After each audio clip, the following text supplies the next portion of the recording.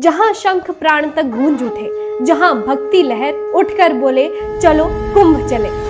सहस्रशीर्षा पुरुषाः सहस्राक्ष सहस्रपाद।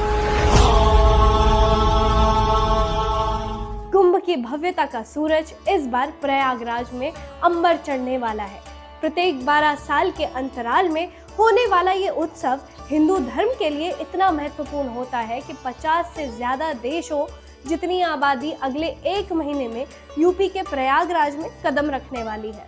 13 जनवरी से 26 फरवरी तक चलने वाले इस महापर्व में 14 जनवरी मकर संक्रांति, 29 जनवरी मौनी अमावस्या, 3 फरवरी बसंत पंचमी, 12 फरवरी माघी पूर्णिमा और 26 फरवरी के दिन महाशिवरात्रि स्नान के बाद कुंभ समाप्त होगा।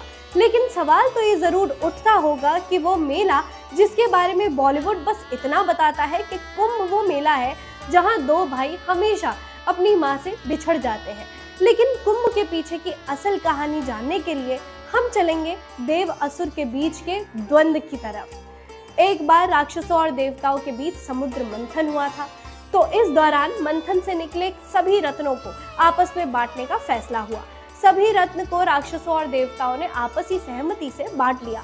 लेकिन इस दौरान निकले अमृत के लिए दोनों पक्षों के बीच युद्ध छिड़ गया।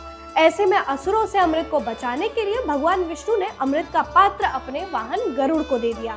असुरों ने जब देखा कि अमृत गरुड़ के पास है तो वो इसे छीनने का प्रयास करने लगे। इस छीना झपटी में अमृत की कुछ बूंदें धरती की 4 जगहों पर यानी प्रयागराज, हरिद्वार, उज्जैन और नासिक में गिरी। जहां जहां ये बूंदें गिरी थी वहीं आज 12 सालों के अंतराल में कुंभ मेले का आयोजन होता है। अब सवाल तो ये भी उठेगा कि 12 साल लंबा इंतजार क्यों? दरअसल समुद्र मंथन के दौरान देवताओं और राक्षसों के बीच अमृत पाने को लेकर 12 दिनों तक लड़ाई चली थी।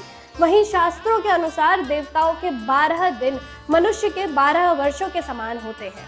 इसीलिए महापर्व कुंभ प्रत्येक स्थल पर 12 वर्ष बाद लगता है।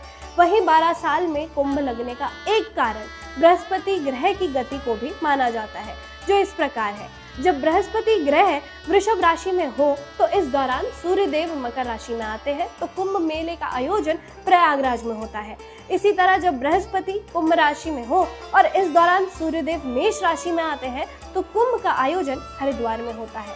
सूर्य और बृहस्पति जब सिंह राशि में हो तो कुंभ मेले का आयोजन नासिक में होता है। जब देव गुरु बृहस्पति सिंह राशि में हो और सूर्य मेष राशि में हो तो कुंभ का आयोजन उज्जैन में होता है। अब हम बात करेंगे महाकुंभ 2025 की तैयारियों पर। तो भैया योगी जी की सरकार ने महाकुंभ के आयोजन के लिए 5000 करोड़ से ज्यादा का बजट रखा हुआ था। ये 2019 में प्रयाग में हुए कुंभ मेले से 1000 करोड़ से भी ज्यादा है। महाकुंभ के लिए 421 परियोजनाओं पर युद्ध स्तर पर काम हुआ है, जिसमें 3000 करोड़ से ज्यादा का खर्च शामिल है। इसमें मेले के बुनियादी ढांचे का विकास, यातायात व्यवस्था, सुरक्षा और साफ सफाई का खर्च शामिल है। एक अनुमान के मुताबिक 1882 में जब कुंभ मेला लगता था तब 20,000 रुपए का खर्चा आया था और आज 5000 करोड़ तक बात पहुंच चुकी है। इस बार के कुंभ में श्रद्धालुओं के लिए बेहतर सफाई, सुरक्षित स्नान घाट, अस्थायी आवास, अस्थायी अस्पताल और परिवहन व्यवस्थाएं बनाई गई हैं।